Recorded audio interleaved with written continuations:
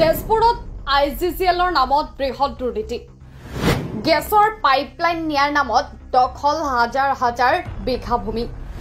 2 বছৰ অতিক্ৰম হবৰ হল ভূমি মালিকে আজি পৰ্যন্ত নাপালে ক্ষতিপূৰণ আলালুদ্দিন আৰু ভাস্কৰৰ নামত কেলেংকাৰীৰ গুৰুতৰ অভিযোগ লগতে হহু আৰু তামুলি নামৰ NRLৰ কৰ্মকৰ্তা IGCLৰ প্ৰবঞ্চনাৰ বলি হোৱা এওঁলোকৰ এতিয়া পানীত হাঁহ নচৰা অৱস্থা কেৱল এওঁলোকে নহয় আৰু আছে শতাধিক প্ৰবঞ্চিত পৰিয়াল তেজপুৰ খলিয়ামাৰী অঞ্চলত ইন্দ্ৰধনুষ গেছ গ্ৰিড লিমিটেড চমুকৈ IGCLৰ প্ৰবঞ্চনাৰ বৃহৎ দুৰ্নীতি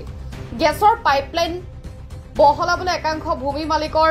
পৰা লৈছিল হাজাৰ হাজাৰ বিঘা ভূমি কিন্তু সেই ভূমিত থকা সম্পত্তিৰ ক্ষতিপূৰণ আৰু ভূমিৰ মূল্য দিয়াৰ কথা আছিল ভূমি মালিকক তাৰিখৰ ওপৰত তাৰিখ পাৰ হল সময় এতিয়া প্ৰায় 1.5 বছৰ পাৰ হল কিন্তু নাপালে ভূমিৰ মূল্য নাপালে ক্ষতিপূৰণ তেওঁলোকৰ প্ৰাপ্য ধন অন্য কোনো ব্যক্তিয়ে আত্মসাৎ কৰাৰ সন্দেহ কৰিছে ভূমিৰ মালিকসকলে বিগত প্ৰায় 1.5 বছৰৰ পৰা এই ধনৰ বাবে ঘূৰি ঘূৰি সৰ্বসৰা হৈছে এতিয়া এওঁলোক কেৱল এওঁলোকৰে নহয় একাংশ ভূমি মালিকক প্ৰবঞ্চনাৰ জালত পেলাই প্ৰলোভন আৰু মিছা প্ৰতিশ্ৰুতিৰে হাজাৰ হাজাৰ বিঘা ভূমি দখল কৰাৰ পিছত এতিয়া আদায় নকৰে প্ৰাপ্ত ধন এতিয়া প্ৰশ্ন হয় ন্যায় পাবনে এই দৰিদ্ৰ ভূমিৰ মালিকসকলে তদন্ত হবনে এই সন্দৰ্ভত পাবনে এওঁলোকৰ প্ৰাপ্ত ধন ঘটনা সন্দৰ্ভত বিৱৰণ শুনক ভুক্তভোগীৰ মুখৰে নিউজ টেক্স ৰিপৰ্ট শোণিতপুৰ লাইভ আমাৰ সমস্যা ৰাস্তা বেয়া হৈছে আমাৰ গাঁৱৰ মানুহকেইটা এজনৰ সন্তুষ্ট নহয় 25,000 টকা কৈ সোমাইছে এবছৰ ফাইটটো পেলাই থৈছে আৰু তেলৰ পিছত সেইফালে মাটি আছে 1 বিঘা 2 বিঘা 3 বিঘা কৈ মানুহৰ এইটো খেতি কৰা নাই এটা খেতি হোৱা নাই আৰু এক বছৰ ধৰি এতিয়া 25,000 টকা দিছে এতিয়া কোনো সন্তুষ্ট নহয় ইয়াৰ ইচ্ছাৰ মানুহে বহুত আৰু আগত যে IGCL আইছিলে IGCL আমাক বহুত ঠগিছে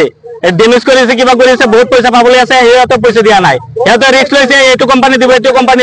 পইচা দিয়া নাই ঘটনাটো হৈছে আগতে যোনটো গেছ লাইন গৈছে সেইটো গেছ লাইনে আগতে পইচা দি পিছতে পাইপ পেলাইছে পাইপ পুতিছে এইটো গেছ লাইন যোৱাৰ পিছত আগত কৈছে যে পাইপ পেলাওয়াৰ আগতে পইচা সোমাব NRL টো ইয়াত মিটিং হৈছিল মিটিং হোৱাৰ পিছতে সিহঁতে কৈছে পইচা সোমাব পিছতে গেছ লাইন পুতিব এতিয়া 1 বছৰলৈকে সিহঁতে গেছ পাইপ পেলাই ৰাখিছে 1 বছৰ পিছতে সিহঁতে 25,000 টকা কৈ ঘুমাইছে এইটো কাৰণে আমি ৰাইজ শান্তি নহয় কিমান টকা দিয়া কথা আছিল টকা যিমানি 60,000 টকা দিয়া কথা আছিল এগ্ৰিকালচাৰ মতে সিহঁতে এতিয়া 25,000 টকা কৈ ঘুমাইছে আৰু পুলিচ লৈ দুদিন আহিছে কোনে আহিছিল পুলিচ লৈ আহিছিল NRL মানুহ আহিছিল কোম্পানী মানুহ আহিছিল মোৰ তাত ভিডিও আছে যোন মানুহটো আহিছিল ভিডিওটো আপোনালোকক দি দিম আমি বাবু কি দিছে